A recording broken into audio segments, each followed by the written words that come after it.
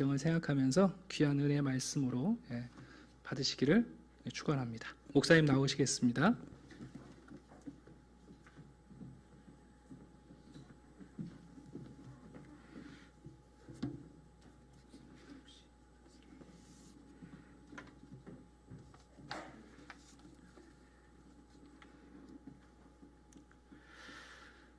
우리가 살아가는 일상에서 겸허한 자신감, 다시 말씀드려서 겸손하고 온유하지만은 당당한 심지를 가지고 이 많은 분들을 종종 보게 되는데, 그때마다 저는 고개 숙여 존경하는 마음을 표합니다.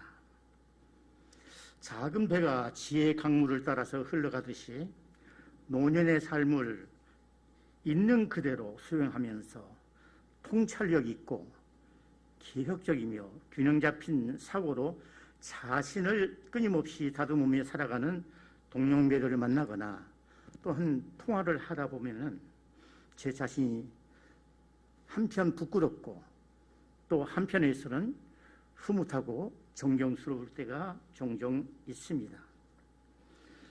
그들에게는 향수처럼 진하지는 않지만은 은은한 향기가 있고, 그들의 한마디 한마디 말 속에는 오랜 시간 남는 노인에게서만 느낄 수 있는 그와 같은 강한 힘이 있음을 봅니다. 저는 그 강한 힘을 나의 들무 품격, 이렇게 이름을 붙여봅니다. 이유는 그들에게서 평생 격배에 쌓인 영생 깊은 권위의 무게를 감지할 수 있기 때문입니다. 노인의학의 권위자인 루이스 해린스는 나의 들매에 관하여라는 책에서 이렇게 말합니다. 사람의 몸은 단순히 나이 들매에 따라서 세포와 장기 기능이 쇠해가는 그것은 필연적이다. 그러나 그것이 전부는 아니다. 일생 동안 그 위에 문학적 의미로 댐댐이 갈고 닦아지고 또 끊임없이 새겨지고 다듬어진 나이테의 결과물이다. 이렇게 말을 했습니다. 인격이 갖춰진 사람의 인생은 생물학적으로 노화되는 모습이 아니라 계속해서 겸손으로 축적된 존귀한 내공, 아름답고 중후한 권위를 변모해 가는 것을 볼 수가 있습니다. 이 시간 저와 여러분은 오늘 본문에서 겸허한 자신감을 가지고 은은한 여생의 향기를 풍기는 한 사람을 만나보게 됩니다.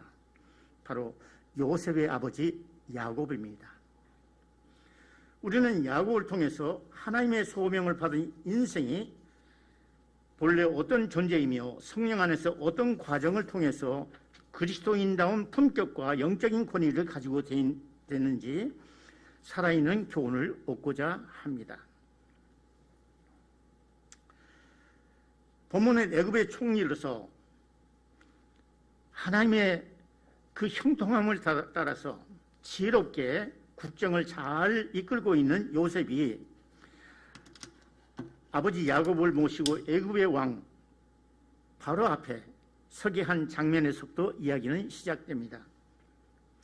그런데 야곱은 아들들을 따라서 극심한 가뭄과 굶주림으로 말미암아서 생존의 한계 상황에 다다라서 도저히 있을 수 없는 때에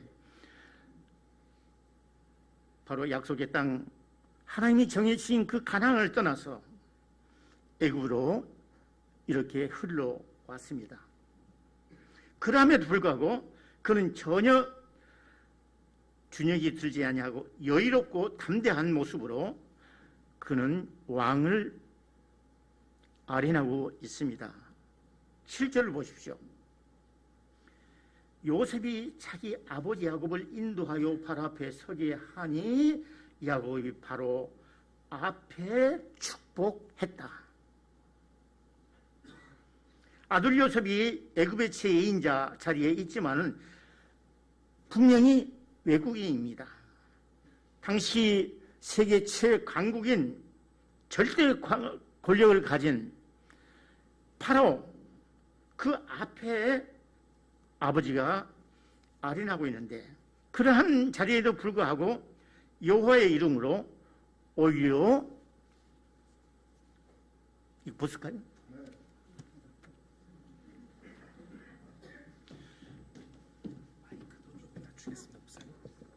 예.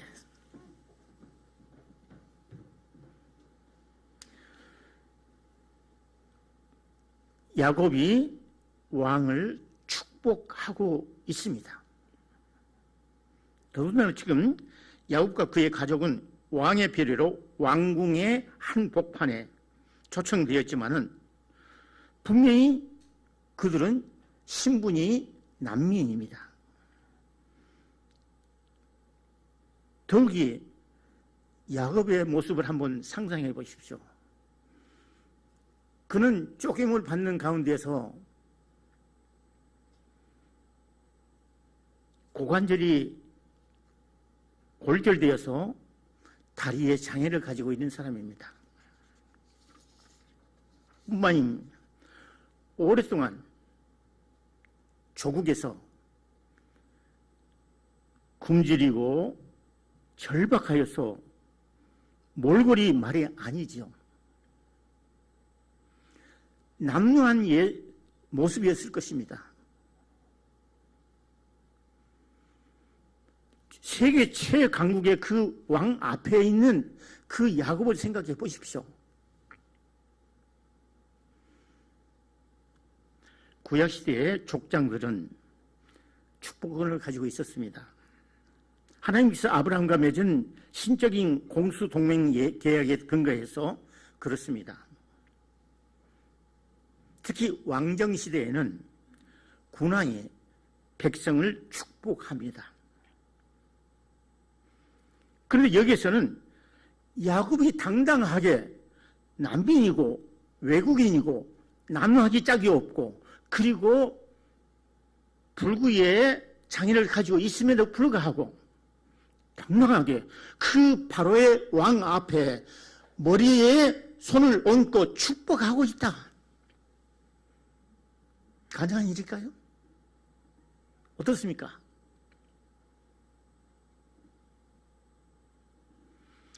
이 바로라는 말은 고유명사가 아닙니다. 바로인데, 바로라는 말은 파라오라는 말인데, 이 말은 보통명사로서 태양신을 의미합니다. 예로부터서 절대 권력자는 태양신이라 했습니다. 신약에 보면 아구스토 있습니까? 로마 제국의 아구스토라는 말은 태양신이라는 이야기입니다. 근데 오늘날도 태양신을 섬기는 나라가 있습니다. 바로 저 웃동네. 절대 권력이.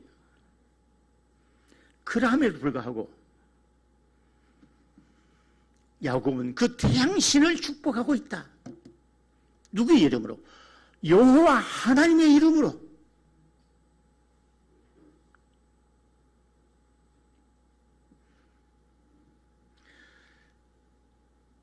에집트의 태양신을 축복하는 그것은 바로 난민이라는 그 신분이 말하는 것이 아니라 바로 하나님의 놀라우신 은총 가운데서 주시는 하나의 권위입니다.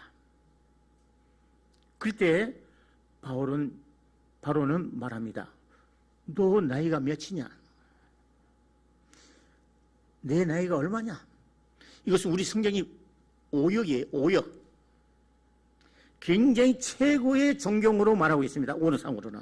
뭐라 하냐면 어른께서는 연세가 어떻게 되십니까? 그런 이야기예요.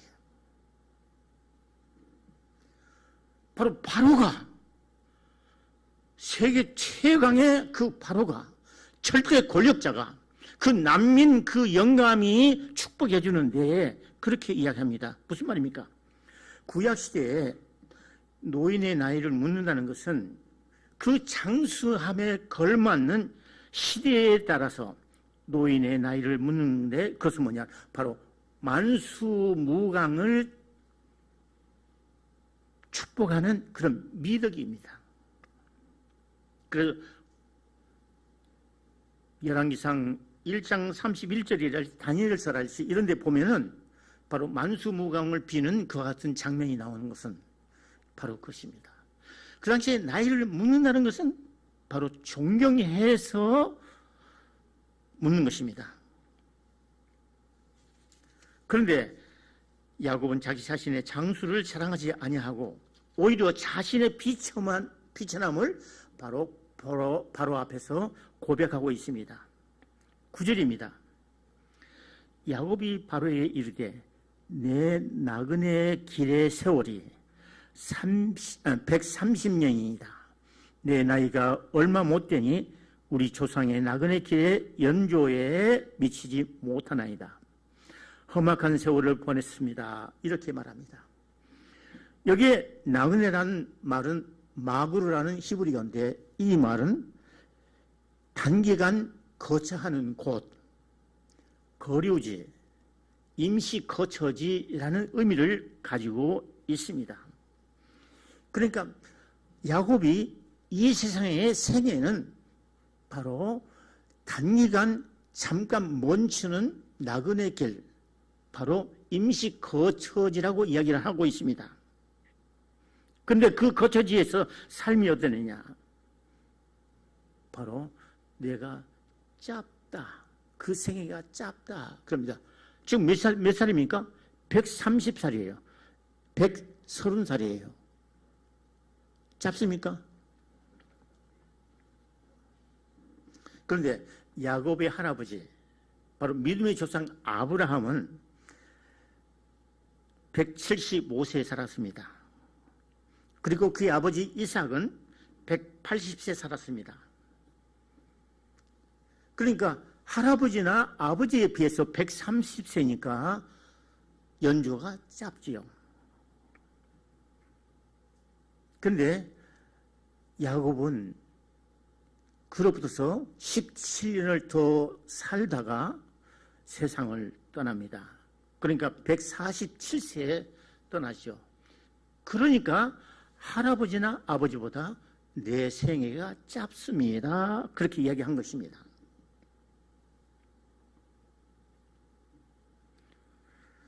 러시아에 또 센트페테르부르크라고 있습니다. 거기에 제가 1994년도에 합창단을 이끌고 연주회를 갔습니다. 거기 가면은 겨울궁전이라고 있습니다. 바로 에르미타주 박물관인데요. 거기에 소장되는 미술품을 다 팔면은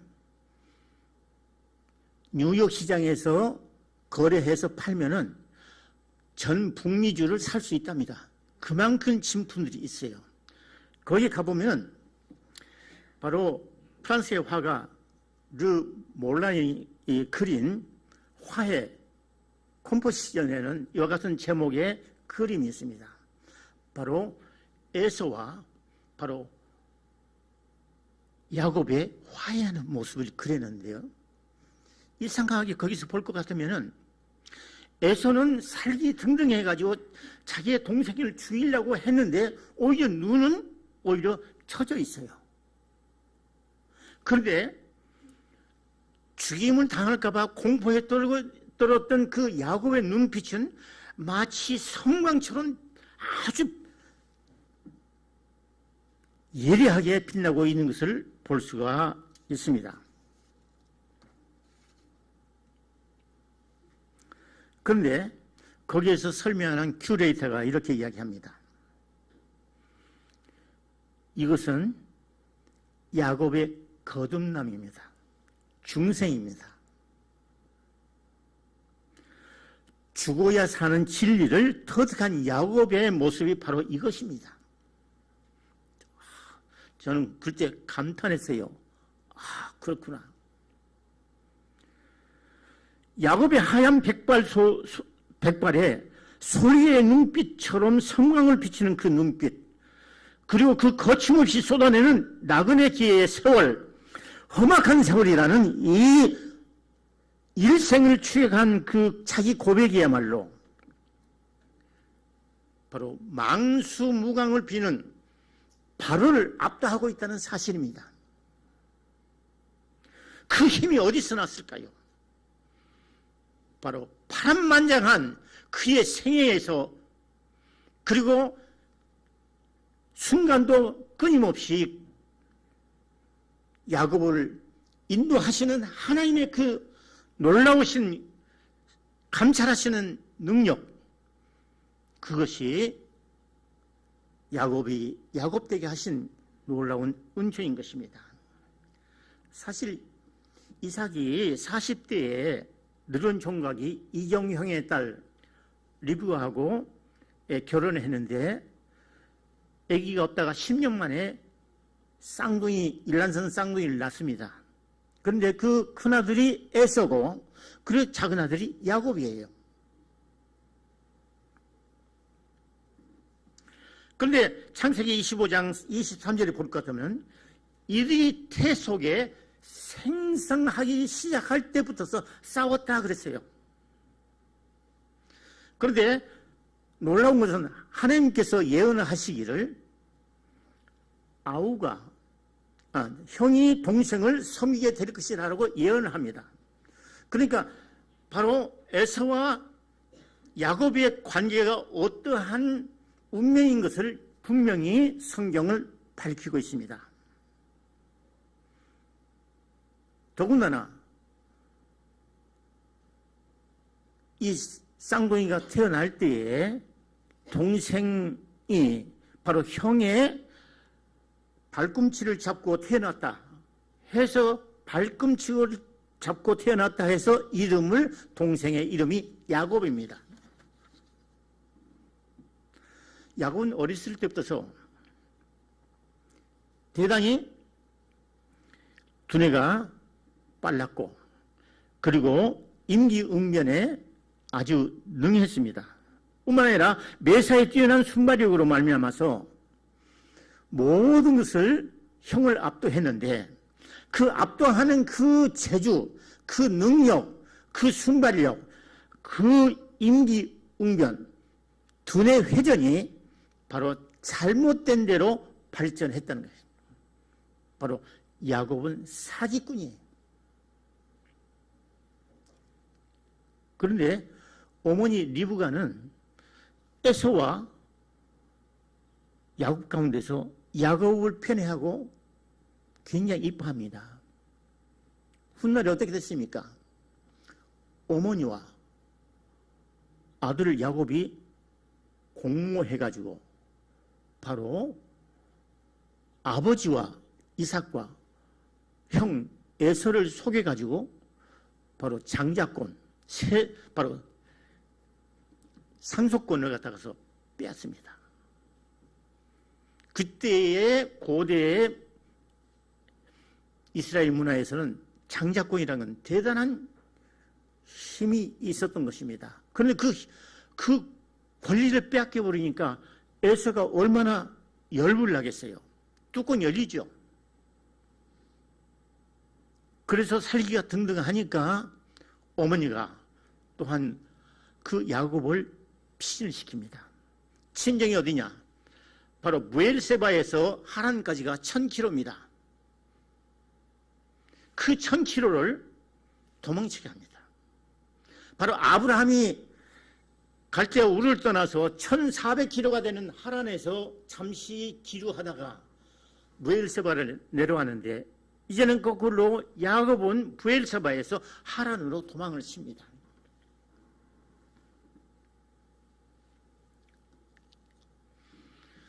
일생을 그와 같은 관계 속에서 지나게 되죠. 얼마나 불안해서 그렇게 도망갔겠습니까? 그래서 외가에 갔는데 거기 외삼촌이 계십니다. 외삼촌이 바로 라반입니다.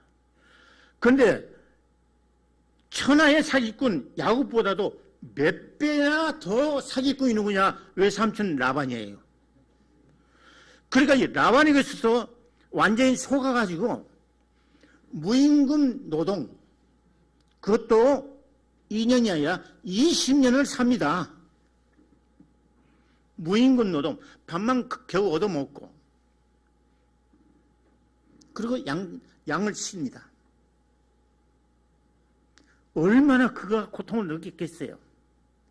또 형에 대한 미안함이 있겠었죠. 그러나 하나님은 계속 그렇게 훈련해 가십니다. 그렇게 갈고 닦고 그리고 다듬고 그리고 쪼개내려고 하면서 야곱을 점점 훈련시켜 나가는 것이죠.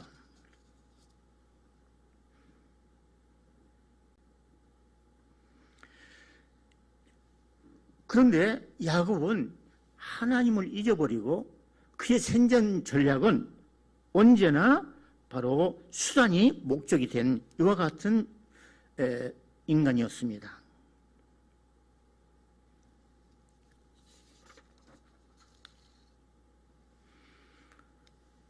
그 외삼촌에게 속아서 20년 동안에 자기가 바라던 외사촌 동생이, 여동생이 둘이가 있는데 둘째인 라헬을 그렇게 사랑해서 연모해서 결혼을 하려고 그러는데 안 돼요. 왜 그러냐면 그렇게 결혼해서 밤에 결혼을 해서 잠자는데 아침에 눈 뜨고 보니까 라헬이 아니라 언니 레아예요. 그러니까 삼촌하고 싸워가지고 또 10년, 그래서 20년인 거예요. 근데 거기에서 또 레아의 몸종, 라헬의 몸종 합해서 네 여인에게서 12남 1녀를 낳습니다. 그런데 레아는 6명 아들을 낳고 딸 하나 낳고, 라헬은 바로 요셉과 베냐민 두 형제를 낳고, 그리고 몸종에서는 각각 2사람씩 해서 12아들을 낳았어요. 그것이 바로 이스라엘의 12지파가 되는 것이죠.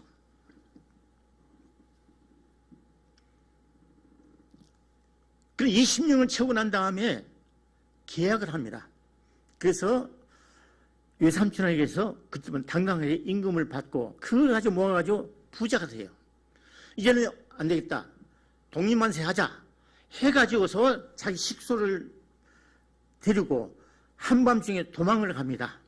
그런데 그 정보를 알게 된 라반이 쫓아와서 굉장한 위기를 다치는데 또 곧 화해해서 헤어집니다.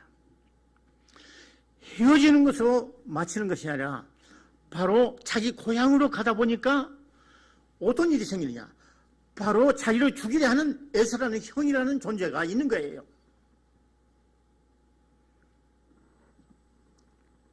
그 고향을 가다가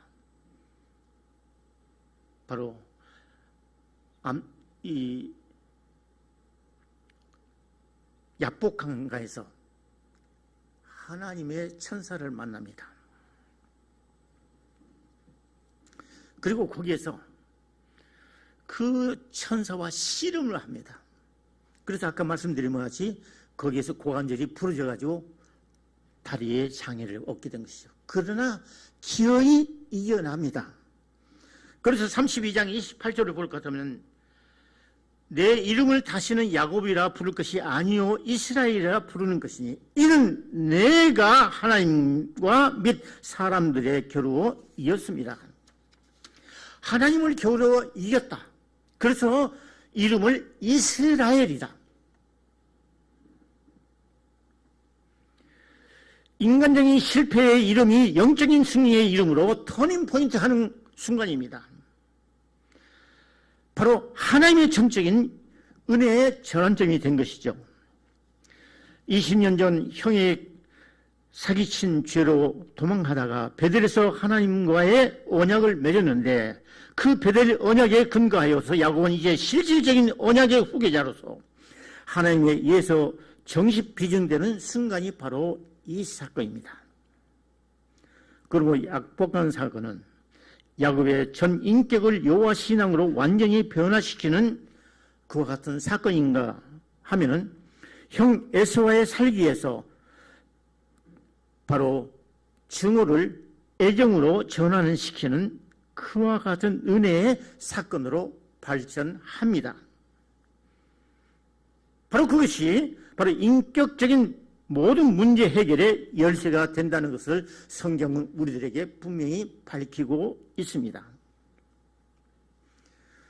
그 과정에서 야곱을 완전히 전환시키는 하나의 윤리적인 문제가 있는데 두 가지입니다. 하나는 외동딸 디나가 있다고 그랬죠.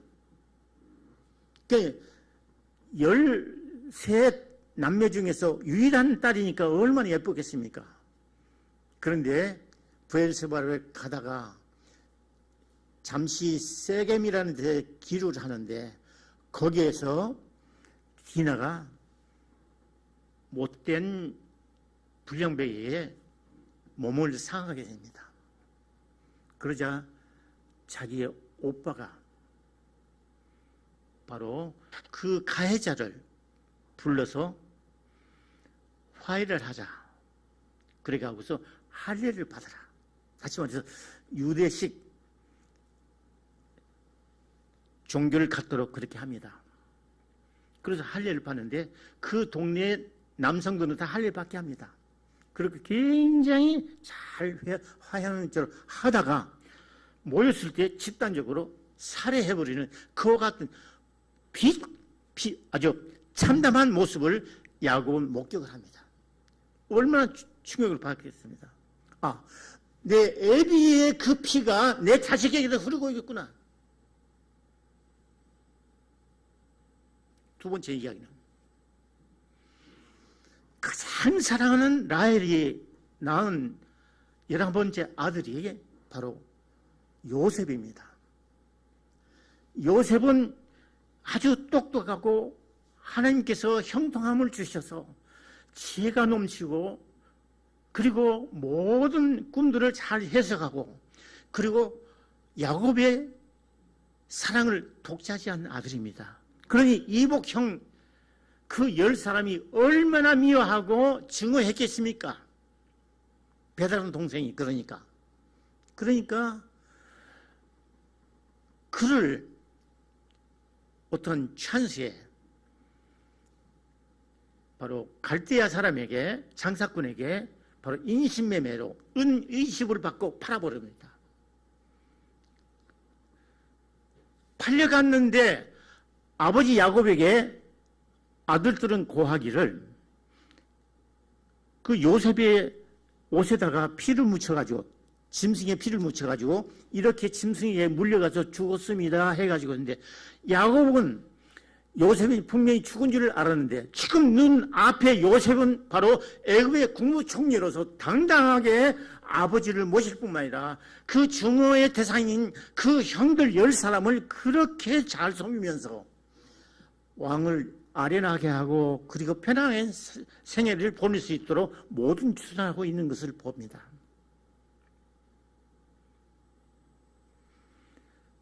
그러니 야곱이 거기에 받는 충격이 얼마나 컸겠습니까? 하나는 살상의 문제, 하나는 죽었다는 그 아들이 오히려 원수를 갚아야 할 형들과 아버지를 존경하고 섬기고 그리고 편안히 모실 수 있는 그와 같은 너그러운 마음을 가진 예수 그리스도의 형상을 거기서 봤을 때에 야곱은 엄청난 충격을 받았을 겁니다. 제가 신학교에서 또 일반 대학에서 가르칠 때 이 성경 이야기를 자주 합니다. 그때 제가 하는 이야기가 겁니다. 윤리는 종교가 아니다. 그러나 윤리는 종교가 아니다. 그러나 종교는 반드시 윤리적이어야 한다. 바로 이것이 기독교의 사상입니다. 그래서 야고보서는 바로 윤리의 문제를 집약한 성경입니다.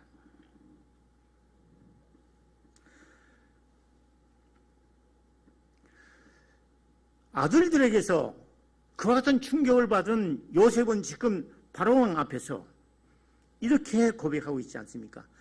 나그네 길의 세월, 험한 세월을 보냈다고. 얼마나 처절한 이야기겠습니까? 전철역에 가다가 플랫폼에 가면요, 자판기가 있어요. 그 커피가 300원짜리도 있고 그래요. 지금 몰라요. 값이 어떻게 되는지. 전에 그랬어요.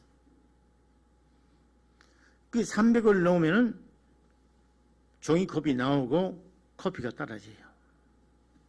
딱 마시려니까 파리가 나와서 딱 냄새 맡고 들어가서는 죽어버려요. 마실까요? 안 마실까요? 마셔지겠어요? 못 마셔지겠어요? 그런데 파리는 뭐라고 죽었을까요? 뭐라고 죽었을까요? 쓴맛, 단맛 다 봤다.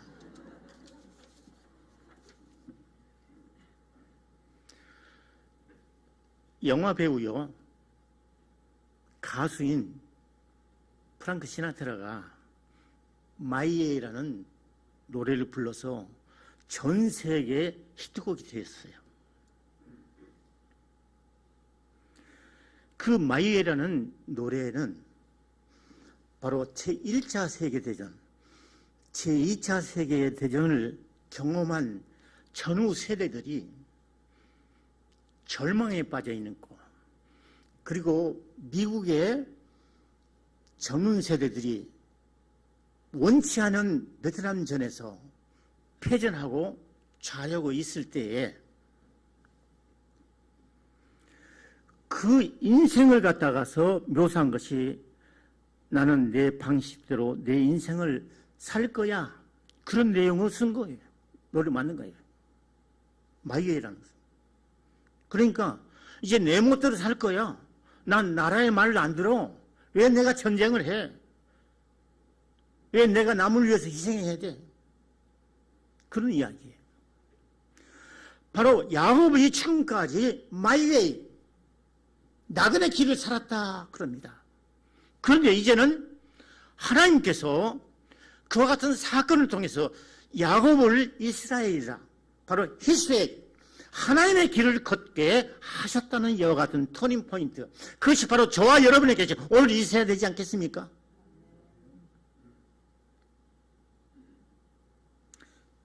엘 로아, 무슨 말입니까? 바로 감찰하시는 하나님. 그 감찰하시는 하나님이 지금 이 순간에도 저와 여러분을 아주 서치라이트로 보시면서 저의 길을 인도하고 있습니다. 심지어는 좌자려서 내가 예수를 믿느냐 안 믿느냐 하지만은 절대 예수님은 내 손을 놓지 아니하고 붙잡고 지금도 인도하시는 것을 우리는 믿어야 할 것입니다.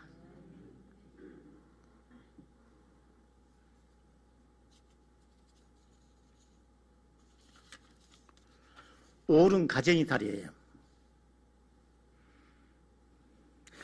나이 들면요, 애기 된다고 하잖아요.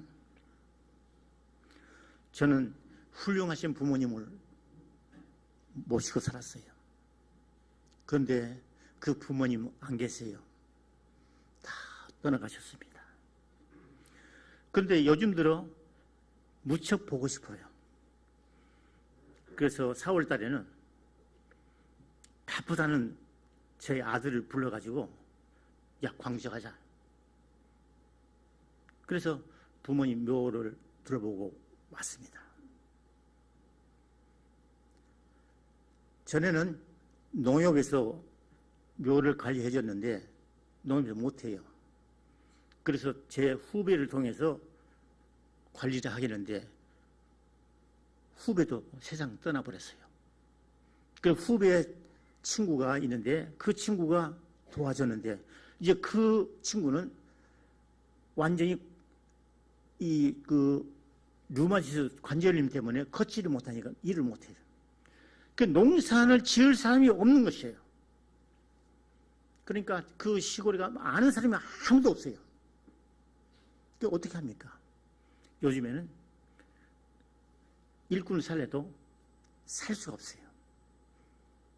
그래서 제가 인터넷으로서 잔디씨를 몽땅 사 1kg 사가지고 가서 잔디씨를 다 뿌렸어요. 그리고 왔어요. 그런데 요즘에 그 잔디가 났을까?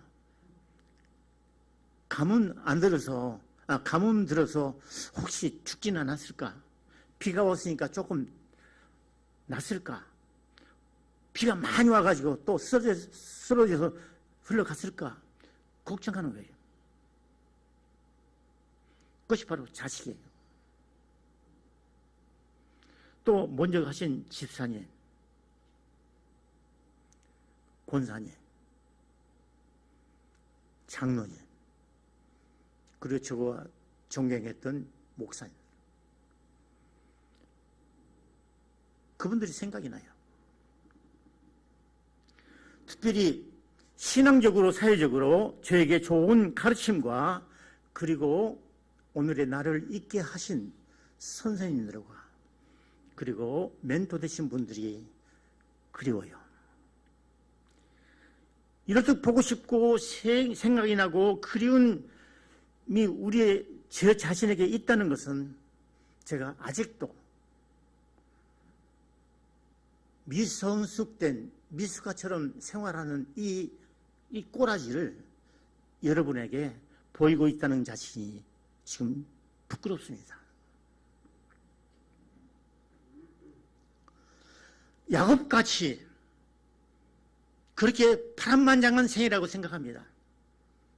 저는 초등학교 2학년 때 일본에서 태평양 전쟁을 만났어요. 그리고 6학년 때 해방을 맞이해서 그때 일본은 엄청난 전국이 폐해가 됐어요. 지금은 미국의 비행기가 B-52인데 그 당시에는 B-29였습니다. 전국을 갖다가서 초토화시켜버렸어요.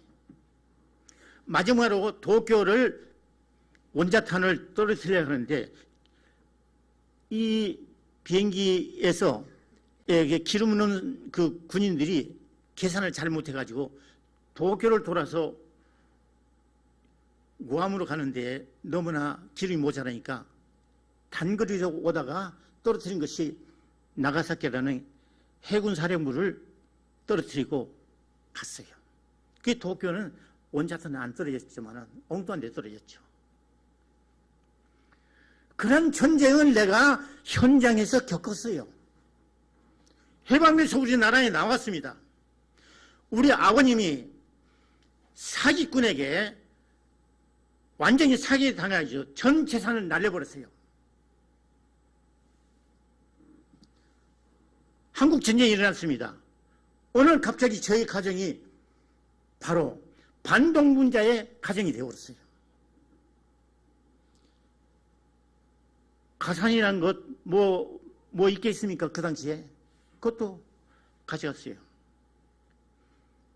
바로 아는 사람들이에요. 다 빨간 완장 찬 사람들이, 머슴 지냈던 사람들, 건달들, 이런 사람들이. 형님은 반동분자로 인민재판에서 사형 언도를 받았습니다. 둘째 형님은 인민군 잡아가려니까 도망쳐가지고 국군에 가서 바로 경주 북쪽에 안강이라는 데요. 안강 전투에서 중공군하고 싸우다가 상위용사가 됐어요. 마지막으로 제가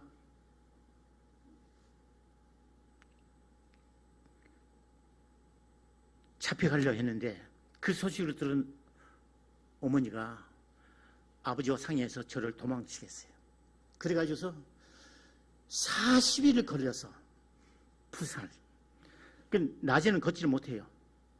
밤에는 산에서 숨어 있다가, 낮에는 산에 숨어 있다가 낮에만 걸어서, 그래서 40일 걸려서 부산. 그리고 울산에 가서 피난했어요.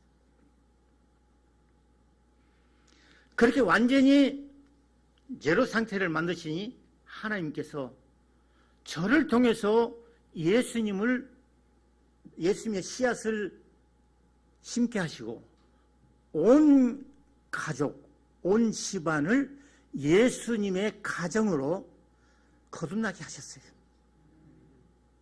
이게 바로 하나님의 놀라우신 은혜 아닙니까?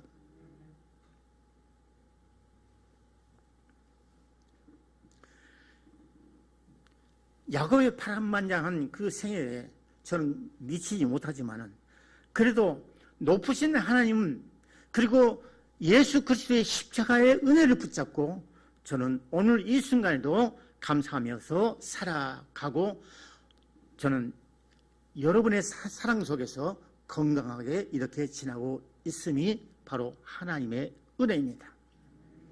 거듭남, 터닝 포인트, 그것이 분명히 하나님의 놀라우신 은혜라는 것을 우리는 이해해야 할 것입니다. 혹시 그 성경을 좀 띄워줄 수 있을까요? 골로새서 3장.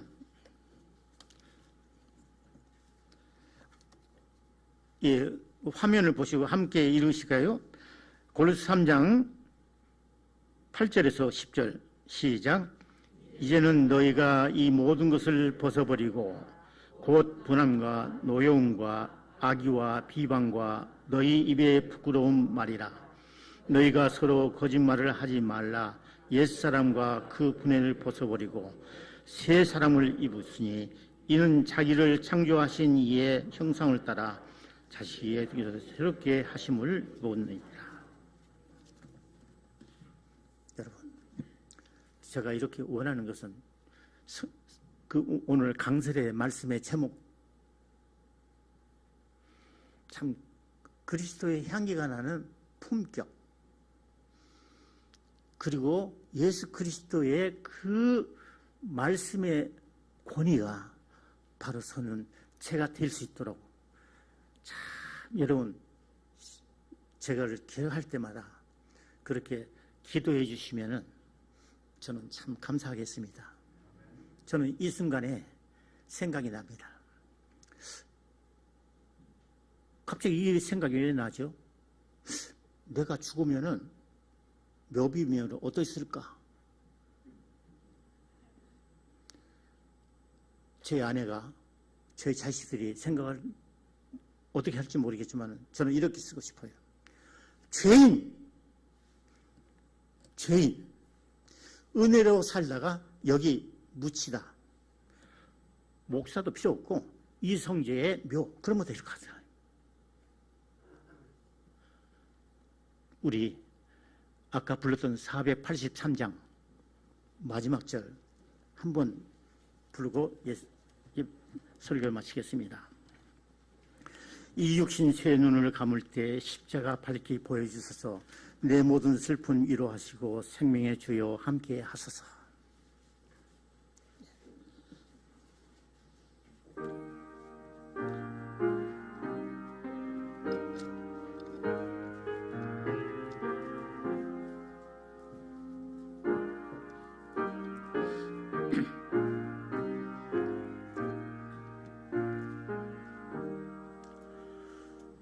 이 육신 새 눈을 감을 때 십자가 밝히 보여주소서.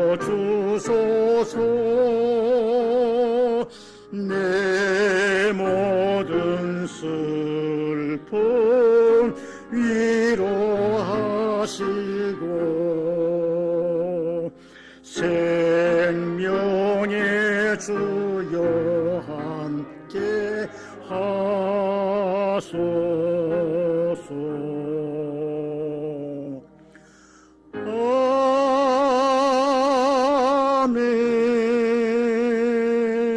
아멘. 사랑의 하나님, 야곱보다 못한 죄인이 여기에 섰습니다. 하나님이여, 이스라엘이 되게 하옵소서. 이스라엘이 되게 하옵소서.